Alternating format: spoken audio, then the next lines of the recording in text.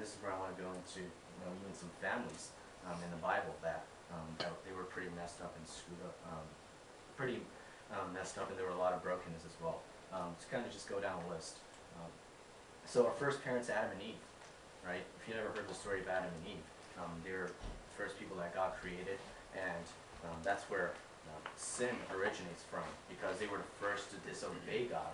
And so already there was a lot of broken relationships right there because they turned away from God to disobey God. And I'll talk more about them as we go along. If you read later down in Genesis, which is the first book in the Bible, we read about Abraham and Sarah. And Abraham was actually a polygamist.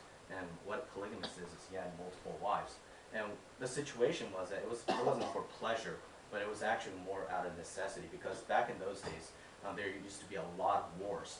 And so all the men would go out and fight, and eventually you would have so little men in your civilizations, in your society, that you had to have polygamy in order to maintain your society, maintain your civilization.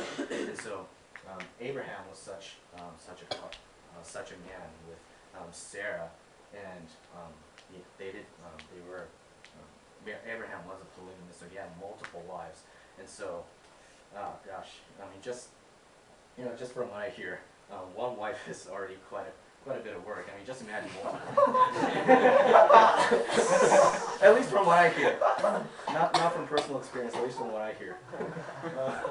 So that's Abraham and Sarah. Next we go to Joseph and his 11 brothers. So Joseph was one of the brothers out of 12, and their father was Jacob, and their story is explained later in Genesis.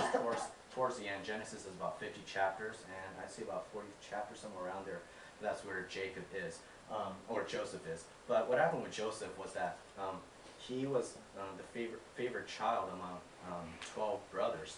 And so because of that, his 11 brothers hated him so much that they covered up his death. They faked his death and instead sold him off to slavery in Egypt. So they basically faked their brother's death and sold him off as a slave. A lot of brokenness right there. Next we go to, if you read in the book of 1 Samuel, so Samuel was one of the prophets among the Israelite people, the Jewish people. And his mother, Hannah, she was also married to a man, correct me if I'm wrong, I think her husband was Elkanah, but she was married to her husband, and her husband also had multiple wives, and he was a polygamist. And so what happened was, there was another wife, her name was Peninnah or something like that. Peninnah, it records in 1 Samuel, would constantly abuse her, verbally attack her, and degrade her until she cried, because what happened with Hannah was that she was barren, meaning she couldn't conceive children. And back in those days, especially considering the situation with many wars and deaths, it was all the more imperative that wives were to produce children for their husband. I mean, that was a social norm, that was a social expectation at that time. And it's kind of like for us, right? I mean, our expectation is that we would graduate from high school and go to college and get a degree and get a job. And if you don't, then not that there's immediate outcasting, but you would think, well, what's up, right? And so it was kind of like that expectation. And so Peninnah bore children for Elkanah, but Hannah was barren, and so Peninnah just constantly just degraded her, tormented her, abused her. And so, but one day the Lord gave her a child, Samuel. So that's another example. This one is a heavy one. It's David and Bathsheba. And so David was a king in the kingdom of Israel at that time. And so what happened was Bathsheba was originally not David's wife. What happened was she was originally actually another man's wife. His name was Uriah. So what happened was David saw Bathsheba, and he actually lusted after her, and he committed adultery with her, and he slept with her. And what was even worse was that he actually made sure that Uriah was killed. What happened was that David, since he was a king, right, so he would have command of his army. So Uriah was one of those soldiers who fought on the lines to protect the kingdom of Israel. And so he actually intentionally sent Uriah to the front and made sure that he was killed. So David And for those of you who know David, David wrote pretty much majority of the Psalms, and Psalms is a huge, huge collection of poems in the Bible. And so David wrote all these Psalms, all these, he walked with God really faithfully, and all of a sudden he commits two of the worst sins, adultery and murder. And what's devastating out of that is, out of David and Bathsheba's adult affairs, that's how Solomon was born. I mean, can you imagine, okay, as soon as you were born, if you were to ask your parents, so how was I born? And to hear that you were born out of adultery, you were born out of sin. I mean, can you imagine how painful and devastating that must be for a child? To know that, that's how your existence came about. So that's another example. And then a final example I can pull off the top of my head is there's this man in Hosea, and Hosea he's also in the Old Testament in the Bible, and there's actually a book called Hosea within the Bible. And what happened with Hosea was that he was a prophet of God, meaning he was sent from God as a messenger to tell the nation of Israel, to tell the Jewish nation a message from God. And so one day God commanded Hosea to actually marry a prostitute, to actually marry an adulterous woman, and her name was Gomer. And so already, that's a broken relationship right there, where you're dealing with past sins, past sins of adultery. And the reason God asks Hosea to marry Gomer is overall an illustration, because we have to remember that Hosea is a prophet telling a nation a message. And so the message that God was telling was that God is like a husband to his nation Israel, and that though they commit adultery on him, they reject him, he still loves them and is in essence a husband to them.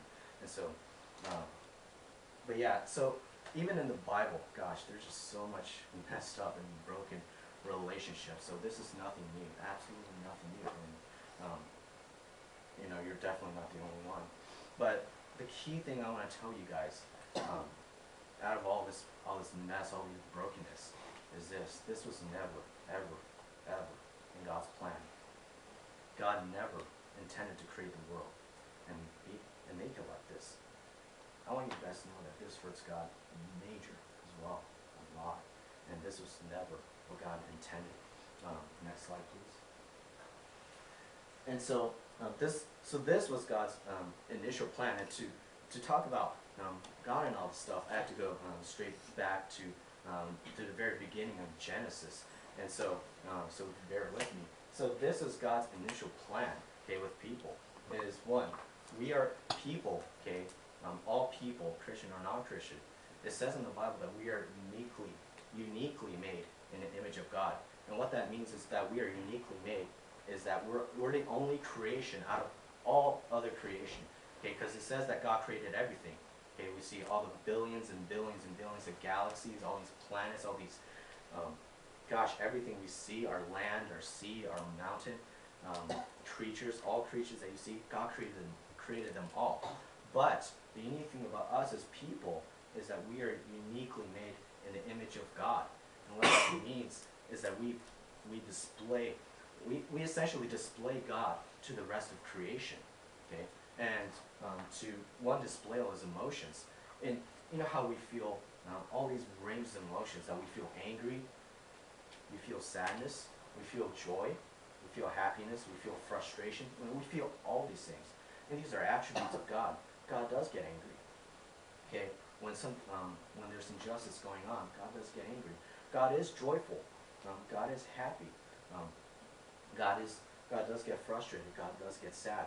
And so these display of emotions, these outflows of our heart, these are these are attributes of God himself. And the second thing is that community. Okay, gosh, most people, actually all people I know, no matter even if you're, no matter how introverted you are, no matter if you're an absolute loner, gosh, we all want relationships, right, with other people, with our family, with our friends, with significant others, with just people. And the reason it's not an accident, see, because that's one of the signs that we are uniquely made in the image of God, because God in himself is a community. And this is where it gets a little complicated, but this is something we call it, the